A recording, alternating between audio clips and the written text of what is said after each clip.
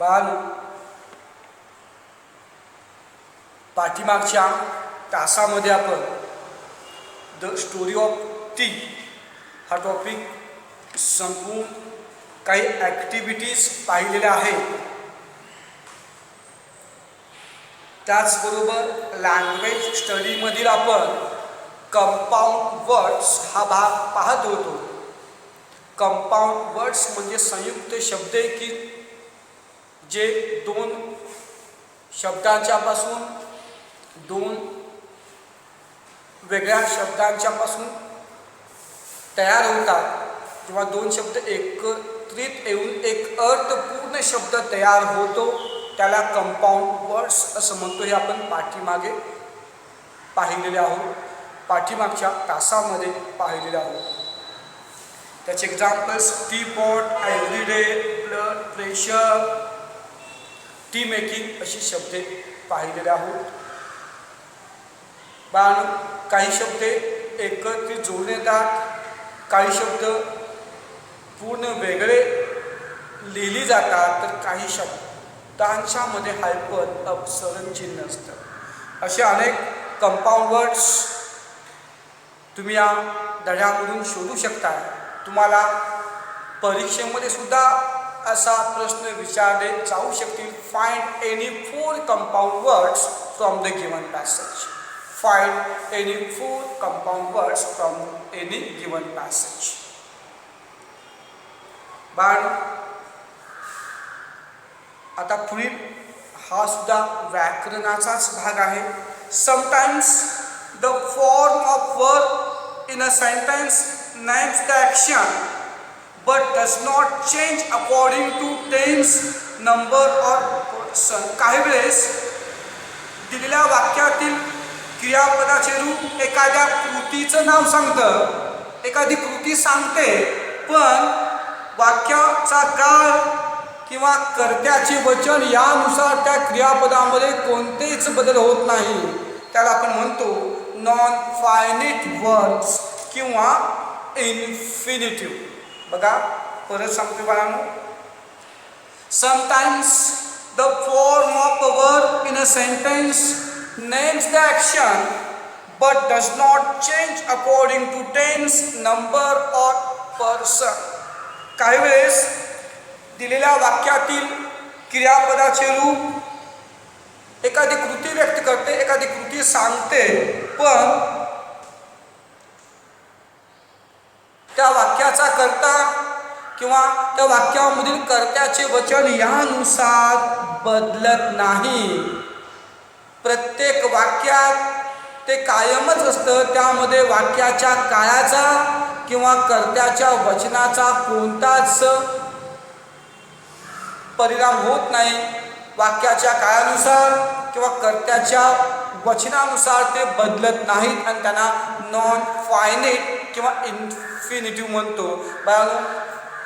Underline the infinitive in the given sentence. अशा प्रकारचा प्रश्न तुम्हाला विचारला जाऊ शकतो. बाळांनो, इन्फिनिटिव्ह शोधण्यासाठी तुम्हाला एक क्ल्यू देतो. क्रियापदाचे मूळ रूप आणि त्याच्या पूर्वी टू. क्रियापदाचे मूळ रूप आणि त्याच्या पूर्वी टू की बहुधा अशाच प्रकारचं इन्फिनिटिव्ह असतं.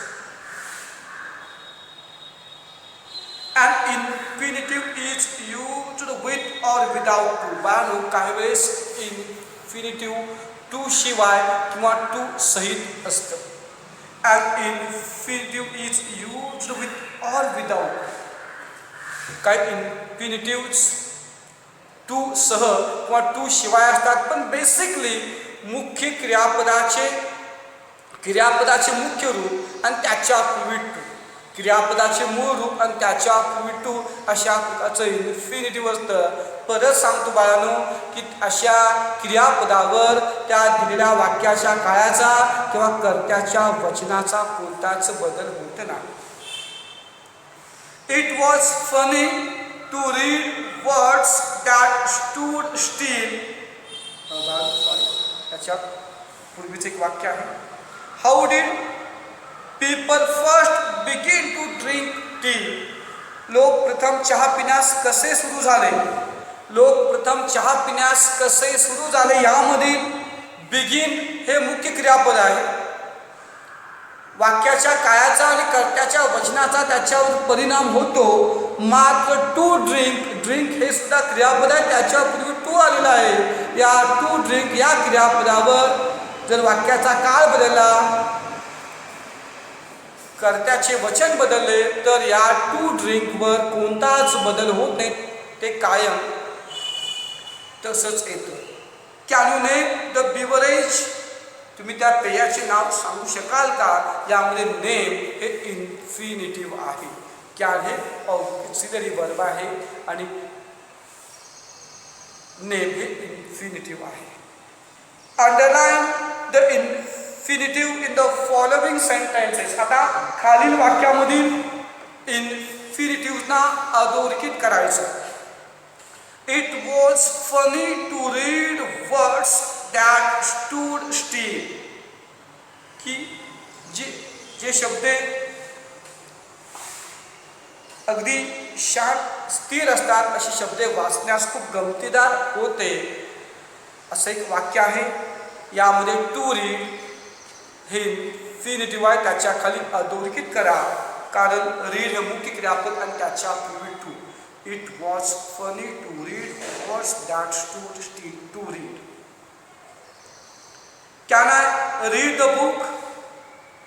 यामध्ये कॅन हे रीड, कॅन हे ऑक्सिलरी वर्ब आहे, रीड हे इन्फिनिटिव्ह आहे. रीड हे इन्फिनिटिव्ह आहे. टू बी और not to be, that is the question. यामध्ये टू बी हे इन्फिनिटिव्ह आहे, बी हे क्रियापद आणि त्याच्या पूर्वी टू. टू बी हे इन्फिनिटिव्ह आहे. तर शेवटचं वाक्य, they could help one another with the homework and talk about it. बघा, they could help one another with the homework and talk about it. यामध्ये हेल्प हे इन्फिनिटिव्ह आहे. हेल्प हे यामध्ये इन्फिनिटिव्ह आहे. अशा प्रकारे बाळांनो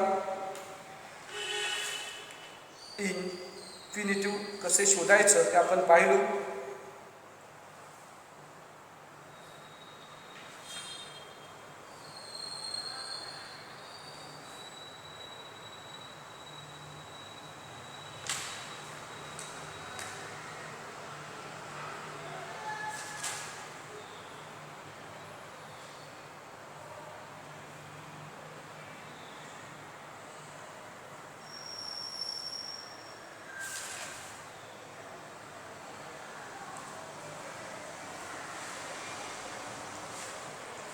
बाळांनो, या ठिकाणी हा टॉपिक संपलेला आहे. इन्फिनिटिव्ह म्हणजे काय हे तुम्हाला नक्कीच समजलं असणार आहे. व्याकरणाच्या वेळेला इन्फिनिटिव्ह आणि जिरण हा भाग मी वेगळा स्वतंत्र शिकवणार आहे. फक्त इन्फिनिटिव्ह म्हणजे एकच लक्षात ठेवा, क्रियापदाचे मूळ रूप आणि त्याच्या पूर्वी टू. आणि अशा क्रियापदावर दिलेल्या वाक्याच्या काळाचा आणि कर्त्याच्या वचनाचा कोणताच बदल होत नाही, ते कायम तसंच राहतं. बाळांनो, या टॉपिकमध्ये जे क्वेश्चन आन्सर्स आहेत ते क्वेश्चन आन्सर्स तुम्ही लिहिण्याचा प्रयत्न करा. त्याबद्दल आपण नंतर चर्चा करूया, पण प्रथम तुम्ही क्वेश्चन आन्सर्स लिहिण्याचा प्रयत्न करायचा. मी आता या ठिकाणी क्वेश्चन आन्सर्स घेत नाही आहे. बाळांनो, 1.4 द स्टोरी ऑफ टी हा टॉपिक ॲक्टिव्हिटीजसह संपलेला आहे. आता बाळांनो, मी पुढील टॉपिक चालू करतोय. 1.5 द नेकलेस अत्यंत मनोरंजक आणि एक चांगला संदेश देणारा धडा. The necklace 1.5 page number 23. या ठिकाणी मी धड्याचं नाव लिहितोय 1.5 द नेकलेस.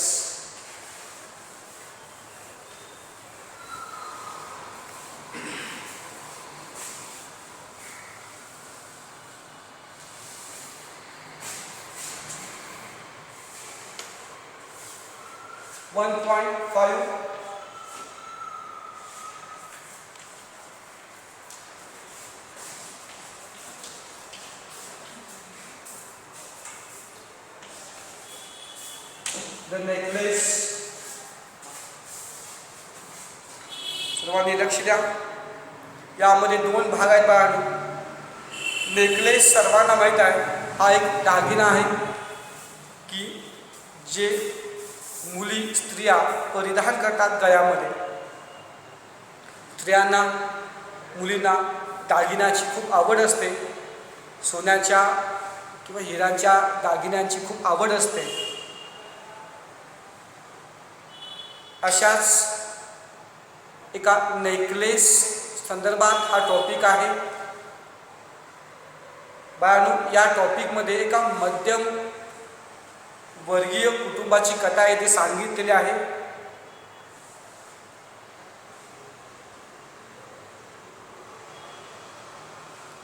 बाळांनो, मध्यम वर्गीय लोकांना अनेक अडचणींना सामोरं जावं लागतं. परिस्थिती गरीब असल्याने अनेक अडचणींना तोंड द्यावं लागतं.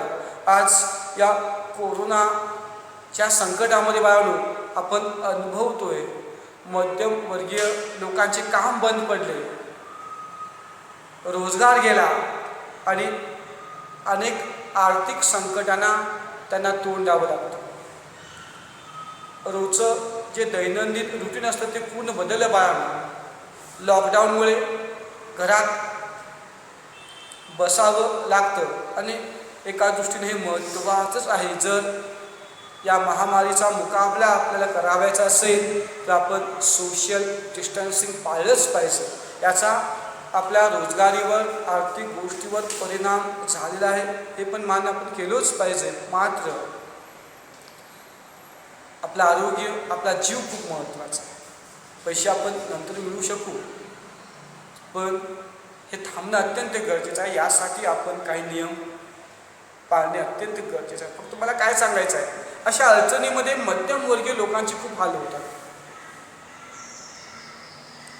तरीही आपले महाराष्ट्र शासन या मध्यमवर्गीय त्याचबरोबर गरीब लोकांना फक्त महाराष्ट्र शासनच नव्हे तर केंद्र सरकारकडून भरपूर मदत मिळत आहे. ही एक जमेची बाजू आहे बाळांनो. जरी त्याचा रोजगार गेला असेल, काम गेलं असेल, पैशाचा तुटवडा भासत असेल तर केंद्र शासन त्याचबरोबर महाराष्ट्र शासन अशा गरीब लोकांना शक्य तेवढे मदत करण्याचा प्रयत्न करू लागले, जेणेकरून त्यांना खाण्यापिण्याचा कोणता त्रास होऊ नये, खाण्यापिण्याची कोणती अडचण येऊ नये. यासाठी फक्त मला काय सांगायचं आहे की मध्यमवर्गीय लोकांना अनेक संकटांना, अनेक अडचणींना तोंड द्यावं लागतं.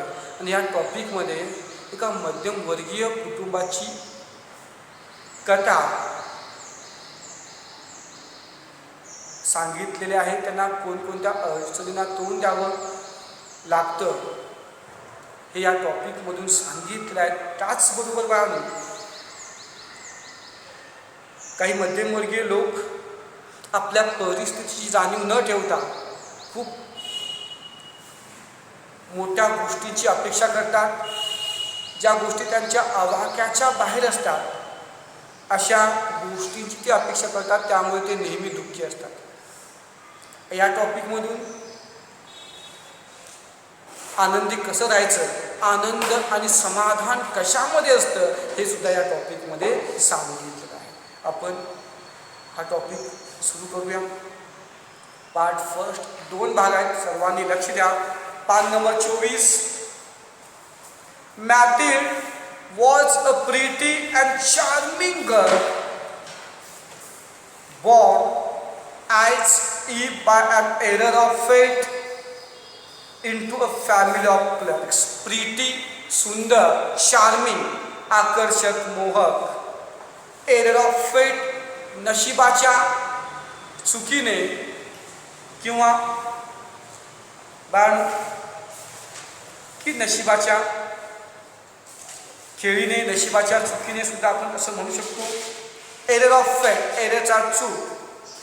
बघा, मॅथिल्ड हे एका मुलीचे नाव आहे. मॅथिल्ड ही खूप सुंदर आणि मोहक आकर्षक मुलगी होती, पण दुर्दैवाने एरर ऑफ फेट चार्ट अनफॉर्च्युनेटली दुर्दैवाने एका मध्यमवर्गीय क्लर्कच्या कुटुंबामध्ये तिचा जन्म झाला. अत्यंत दिसायला सुंदर होती, दिसायला आकर्षक होती. तिला पाहता क्षणीच ती एका श्रीमंत घरामधील असू शकेल असं कुणालाही वाटेल, पण दुर्दैवानं ती एका क्लर्क या मध्यमवर्गीय कुटुंबामध्ये जन्मली. She had no means of becoming known, understood, loved or be wedded to an aristocrat. बघा, तिच्या मध्यमवर्गीय परिस्थितीमुळे खूप प्रसिद्ध होण्याचे, तिला लोक समजून घेतील,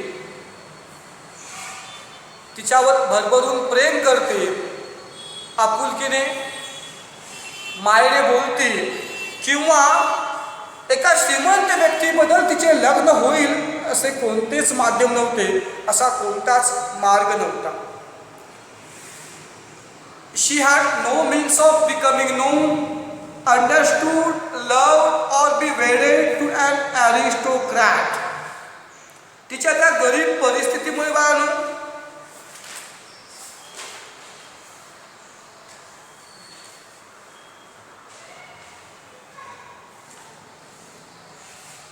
ती प्रसिद्ध व्हावी, तिला कोणीतरी ओळखावे, तिला कोणीतरी समजून घ्यावे, तिच्यावर जीवापाड कोणीतरी प्रेम करावे, किंवा एखाद्या उच्च कुलीन मुलासोबत तिचे लग्न व्हावे, असे काही तिच्या नशिबात नव्हते बाळांनो. इत्यादी गोष्टीसाठी कोणतेही मार्ग नव्हते. म्हणजे तिच्या गरीब परिस्थितीमुळे अनेक गोष्टी तिला मिळू शकत नव्हत्या, अनेक गोष्टी तिच्या नशिबात नव्हत्या. So she let herself be married to a minor official at the ministry of education. त्यामुळे शिक्षण मंत्रालयामधील एका कनिष्ठ अधिकाऱ्याशी तिला लग्न करावे लागले. एका कनिष्ठ मायनर ऑफिशियल अधिकाऱ्यासोबत तिचे लग्न झाले, लग्न करावे लागले. त्या लग्नास ती पसंती दिली. बघा परत. So she let herself be married to a minor official at the ministry of education. त्यामुळे शिक्षण मंत्रालयातील एका कनिष्ठ अधिकाऱ्यांच्या सोबत तिला लग्न करावे लागले. पाहूया या पॅसेजचा, संपूर्ण पॅसेजचा फक्त मराठीमध्ये अर्थ बघा. मॅथिल्ड ही अत्यंत सुंदर आणि आकर्षक मुलगी होती, पण कप नशिबीने किंवा दुर्दैवाने ती एका कारकुनाच्या कुटुंबात जन्मली. ती एका मध्यमवर्गीय कारकुनाच्या कुटुंबामध्ये तिचा जन्म झाला. मध्यम वर्गीय कुटुंबामुळे किंवा गरीब परिस्थितीमुळे ती प्रसिद्ध व्हावी, तिला कोणीतरी समजून घ्यावे, तिच्यावर कोणीतरी जीवापाड प्रेम करावे, किंवा श्रीमंत व्यक्तीसोबत, उच्च कुलीन व्यक्तीसोबत तिचे लग्न व्हावे, हे तिच्या नशिबात नव्हते. असे कोणतेही मार्ग नव्हते. त्यामुळे शिक्षण मंत्रालयामधील एका कनिष्ठ अधिकाऱ्यासोबत ती विवाहबद्ध झाली. She dressed plainly because she had never been able to afford परवडणे एनिथिंग बेटर. ती साधे सिंपल कपडे परिधान करायची. ती अगदी साधेसे कपडे घालायची, कारण तिला चांगले कपडे परवडू शकायचे नाही. एफर्ड म्हणजे परवडणे.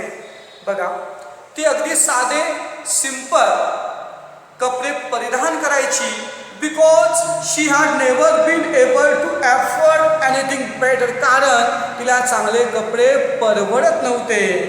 शी suffered endlessly feeling she was entitled अधिकारच नाही, हक्कच नाही to all the luxuries of life. बघा, लक्झरीज ऑफ लाईफ, लक्झरीज आयुष्य आरामाच्या गोष्टी, चैनीच्या गोष्टी, जीवनामध्ये सर्व आयुष्य आरामाच्या गोष्टीवर तिचा अधिकार आहे असे तिला वाटायचे. त्यामुळे त्या वाटण्यामुळे तिला कायम त्रास व्हायचा. बरोबर, ती मध्यमवर्गीय नव्हती, गरीब होती, मात्र की जीवनातील श्रीमंत व्यक्तींच्या प्रमाणे चैनीच्या गोष्टी तिच्या पण नशिबात याव्या, आयुष्य आरामाचं जीवन ती पण जगू शकेल असे तिला वाटायचे. ती सारखे सारखे त्या श्रीमंत व्यक्तींच्या सारखे जगण्याचे विचार करायची आणि या विचारामुळेच, त्या वाटण्यामुळेच ती खूप दुःखी असायची. ती नेहमीच, तिला त्रास व्हायचा. शी सफर्ड एंडलेसली. तिला त्या गोष्टीचा नेहमीच त्रास व्हायचा. कारण ती श्रीमंत लोकांच्या सारखे जगण्याचे स्वप्न पाहायचे की जे तिच्या आवाक्या बाहेर होते. पण समाधान आणि आनंद हे मानण्यावर असते. तुमच्याकडे जे काही आहे ते तुम्ही आनंदाने स्वीकारला तर नक्कीच तुम्ही समाधानी व्हाल. जर तुमच्याकडे खूप कमी असेल आणि तुम्ही तुमच्या आवाक्याच्या बाहेरच्या गोष्टी जर तुम्हाला हवे असेल, त्याचे स्वप्न पाहत असाल, मिळवण्याचा प्रामाणिक प्रयत्न करा. पण त्या गोष्टी नाहीत म्हणून तुम्ही दुःख व्यक्त करू नका, त्याचा त्रास करून घेऊ नका. जर तुम्ही खूप मोठ्या गोष्टींचे की जे तुमच्या आवाक्या बाहेर आहेत अशा गोष्टींचे अपेक्षा करू लागला तर तुम्ही समाधानी आणि आनंदी कधीच होणार नाही. जे काय आहे त्यात समाधान तुम्ही मानलंच पाहिजे आणि अधिक मिळवण्याचा प्रामाणिक प्रयत्न करा. पण लगेचच मला आयुष्य आरामाचं जीवन मिळेल असे जर विचार करू लागला तर नक्कीच तुम्हाला त्या गोष्टीचा खूप त्रास होईल. समाधान तुम्हाला कधीच मिळणार नाही. आणि हे मॅथील जीवनामधील सर्व आयुष्य आरामाच्या गोष्टीचा अधिकार तिच्याकडे आहे, तिला हवा अशी तिला वाटायचे आणि यामुळेच तिला कायम खूप त्रास व्हायचा. शी सफर्ड बिकॉज ऑफ हर शाबी. शाबीचा अर्थ जुनाट म्हणा, पुअरली फर्निश्ड हाऊस. तिच्या मोडक्या, जुनाट, अगदी कमी फर्निचर असलेल्या घराचा खूप त्रास व्हायचा.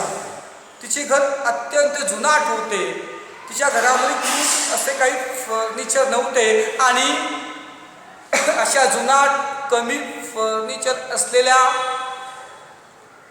मोडलेल्या, तोडलेल्या घरामुळे तिला खूप त्रास व्हायचे. All these things that another woman of her class would not even have noticed tormented her. Tormented, त्रास देणे, दुःख देणे. And made her resentful. Resentful, क्रोधित करणे, खूप चीड आणणे. बघा,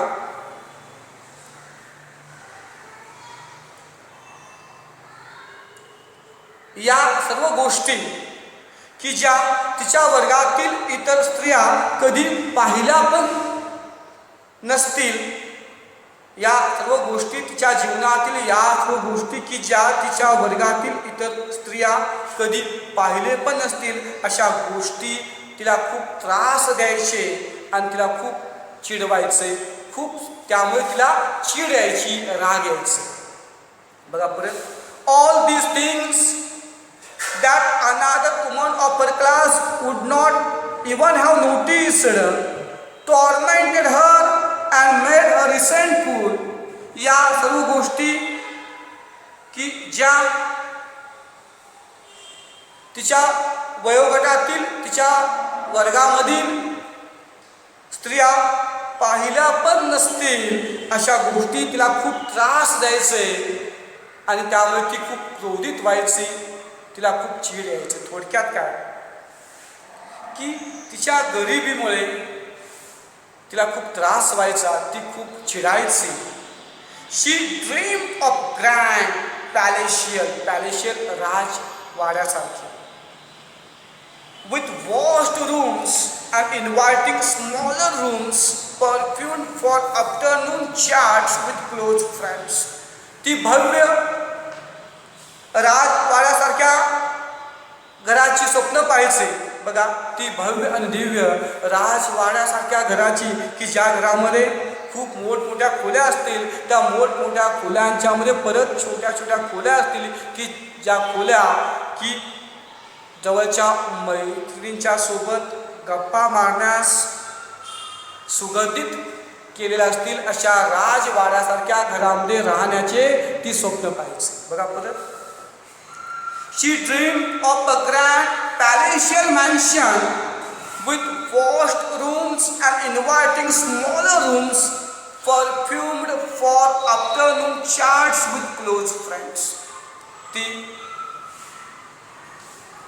भव्य आणि दिव्य अशा राजवाड्यासारख्या घराची स्वप्न पाहायचे, की ज्या घरामध्ये मोठमोठ्या खोल्या असतील, परत त्या मोठमोठ्या खोल्यांच्या मध्ये छोट्या छोट्या खोल्या असतील, की जे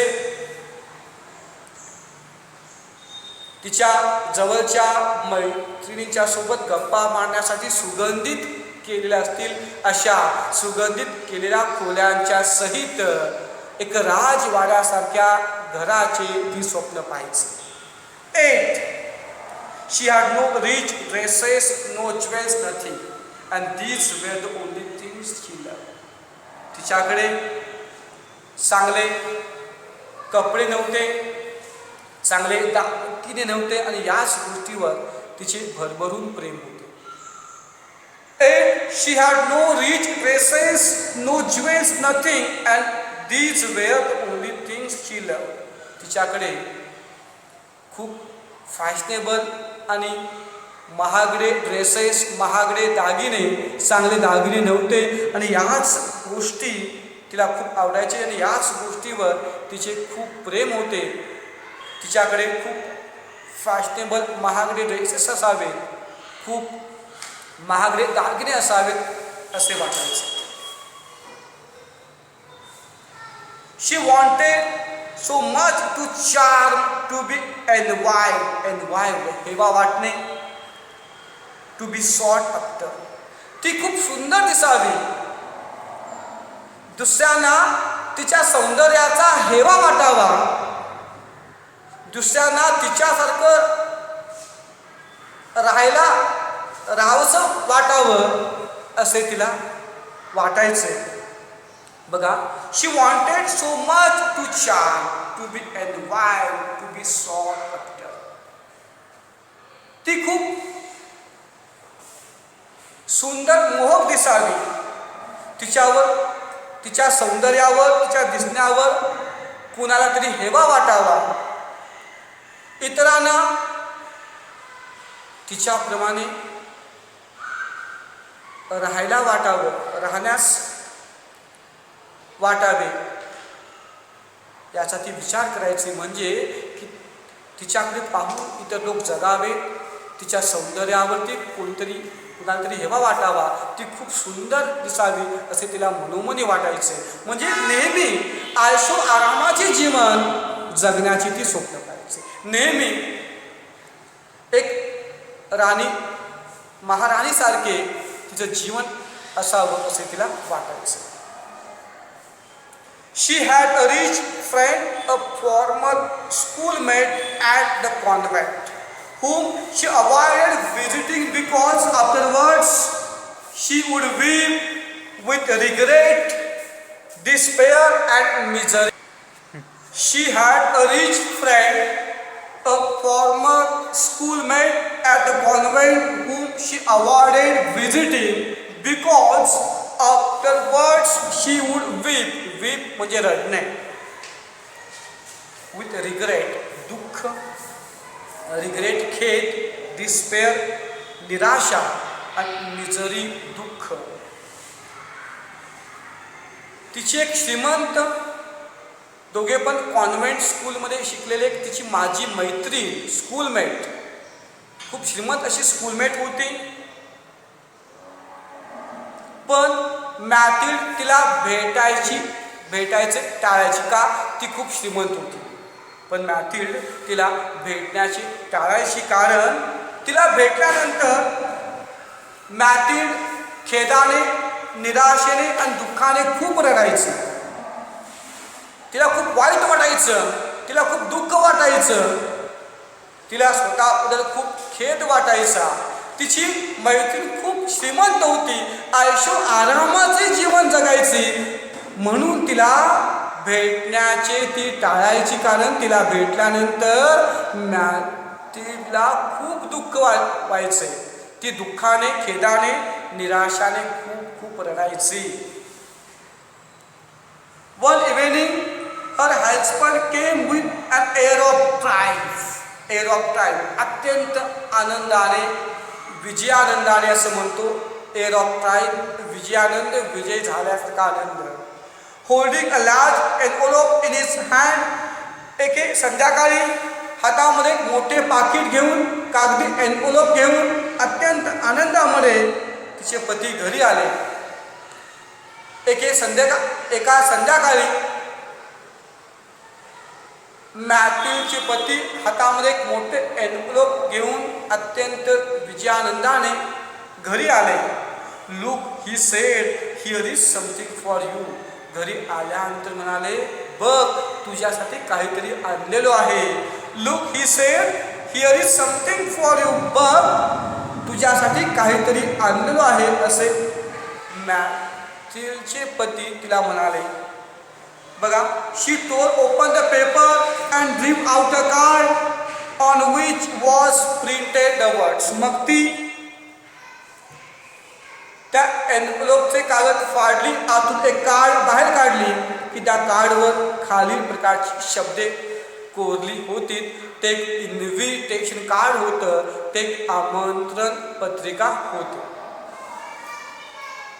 She tore open the paper and drew out a card on which was printed the words. मग ती एक एन्व्हलपचे कागद, त्या एन्व्हलपचे कागद फाडली, आतून एक कार्ड बाहेर काढली, त्या कार्डवर खालील शब्द प्रिंट केले होते, एक आमंत्रण पत्रिका होते.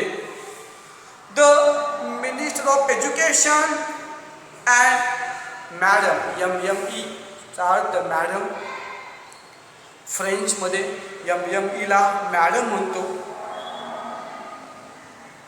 आणि यमला मॉन्सियर असं म्हणतो. बघा, madam George Ramponneau request the pleasure of monsieur and madam Loisel's company at the ministry on the evening of Monday January 18. बघा, त्या शब्दावर काय लिहिले होते? माननीय शिक्षण मंत्री आणि मादाम जॉर्ज रॉम्प्योन्यू सोमवार दिनांक 18 जानेवारी रोजी सायंकाळी श्रीयुत आणि श्रीमती लायझेल यांना मंत्रालयात उपस्थित राहण्यासाठी स्नेहपूर्वक आमंत्रण देत आहे. बघा, परत पाहू. The minister of education and madam George Ramponneau request the pleasure of Monsieur and Madam Lawrence Company at the Ministry on the evening of Monday, January 18. माननीय शिक्षण मंत्री, त्याचबरोबर मॅडम जॉर्ज रॅम्पोन्यू हे सोमवारी दिनांक 18 जानेवारी रोजी सायंकाळी श्रीयुत व श्रीमती लॉयसेल यांना मंत्रालयातील एका कार्यक्रमामध्ये स्नेहपूर्वक आमंत्रित करीत आहे. याचा अर्थ मंत्रालयामध्ये कार्यक्रम होते आणि त्या कार्यक्रमासाठी मॅथिल्ड आणि तिच्या पतीला आमंत्रण दिले होते. मंत्रालयातील कार्यक्रम म्हणजे नक्कीच खूप भव्य आणि दिव्य असणार, की ज्या कार्यक्रमामध्ये खूप मोठमोठे श्रीमंत लोक नक्कीच येतील. असे भव्य आणि दिव्य कार्यक्रम त्या मंत्रालयामध्ये होते आणि अशा या कार्यक्रमामध्ये हजर राहण्यास मॅथिल्ड आणि तिच्या पतीला आमंत्रण दिलेले होते. आणि बाळांनो, मॅथिल्डला नेहमीच श्रीमंत व्यक्तींच्या सारखे जगायला आवडायचे आणि आता श्रीमंत व्यक्तींची पार्टी होती, त्यामुळे नक्कीच त्या पार्टीमध्ये हजर राहण्यास तिला खूप आवडणार आणि या आमंत्रणामुळे ती नक्कीच आनंदित उत्साहित झाली असणार. बघा काय झालं, ती आमंत्रण पत्रिका वाचून मॅथिल्डच्या प्रतिक्रिया काय होतात, तिचे मत काय बघा. Instead of being delighted as her husband had hoped, she threw the invitation on table resentfully, क्रोधाने, रागाने, and muttered put-putly, what do you want me to do with that? ते आमंत्रण पाहून आनंदित उत्साहित होण्याऐवजी ज्याप्रमाणे की तिचे पती अपेक्षा केले होते की मॅथिल्ड खूप आनंदित होईल, उत्साहित होईल, पण ते आमंत्रण पाहून उत्साहित आनंदित होण्याऐवजी ती आमंत्रण पत्रिका टेबलावर रागाने फेकली आणि तिच्या पतीकडे पाहून ती फुटफुटली. या आमंत्रण पत्रिकेचं मी काय करू असं तुम्हाला वाटतं? What do you want me to do with that? त्या आमंत्रण पत्रिकेसोबत मी काय करू असं तुम्हाला वाटतं?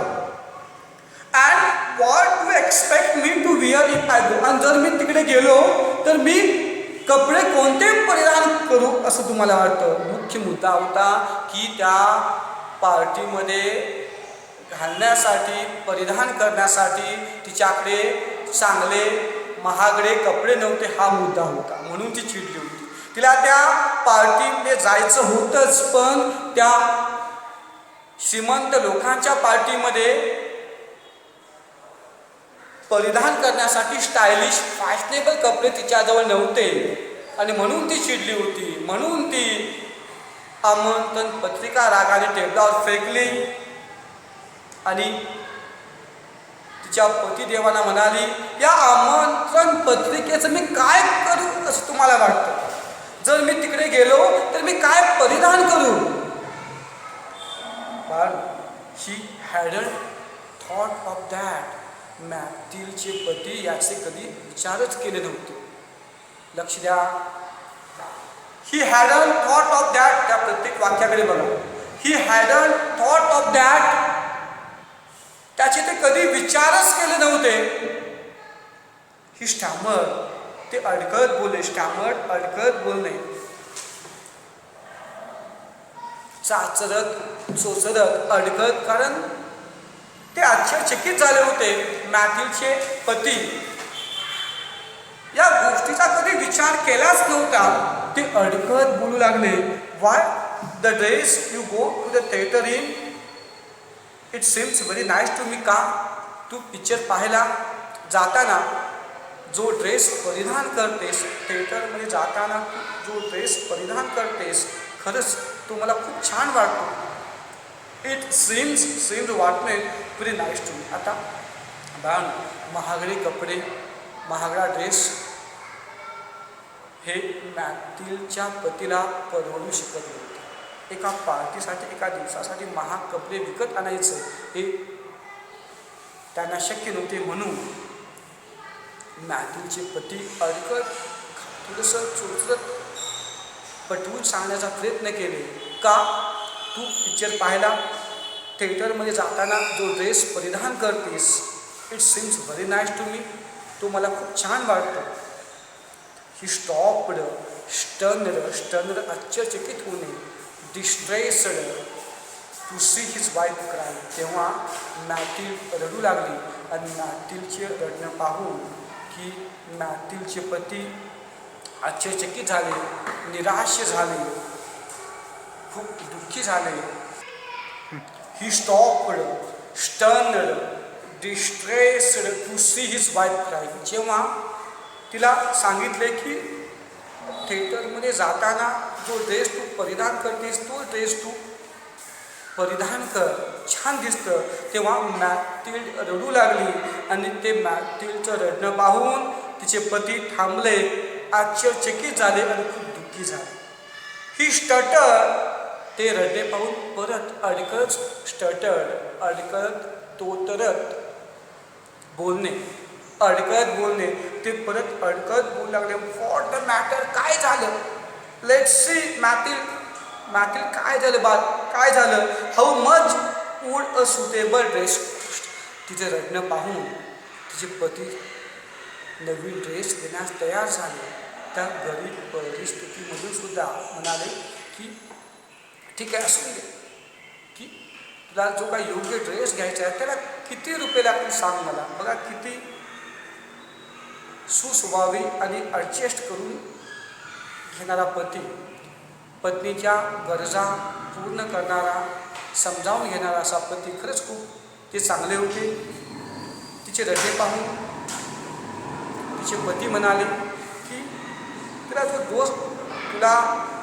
जो काही ड्रेस घ्यायचा आहे, योग्य ड्रेस, की त्याला किती रुपये पडतात हे तू सांग.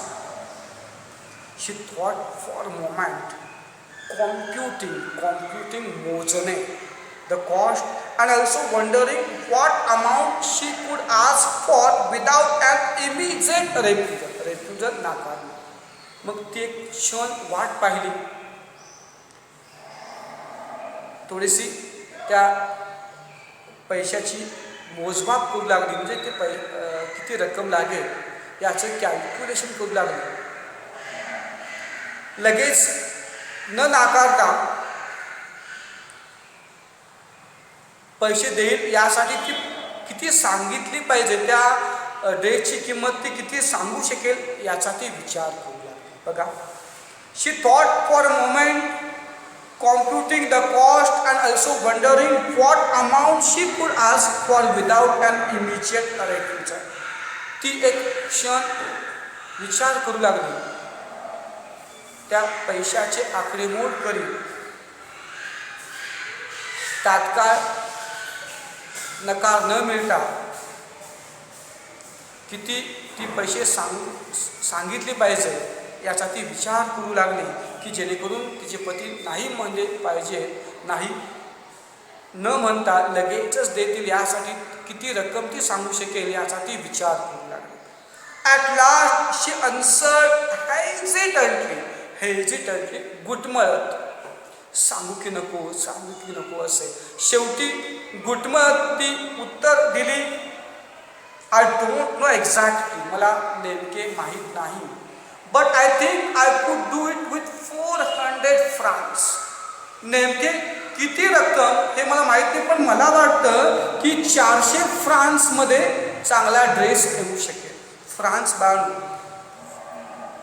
फ्रान्स हे फ्रान्समधील चलन आहे. 100 सेंटचा एक फ्रान्स होतो. की मॅथिल्ड म्हणाली त्या चांगल्या ड्रेसला किती रुपये पडतील हे नेमकं मला माहीत नाही, पण मला वाटते 400 फ्रांस एवढे रक्कम त्याला पडू शकतील. 400 फ्रांसला तो ड्रेस येऊ शकेल. ही turn a little pale because she had been saving that exact amount to buy a gun for hunting summer in country near Nanterre with a few friends. जेव्हा मॅथिल्डचे पती ते रक्कम ऐकले, ते अमाऊंट ऐकले, तेव्हा ते निस्तेज पडले.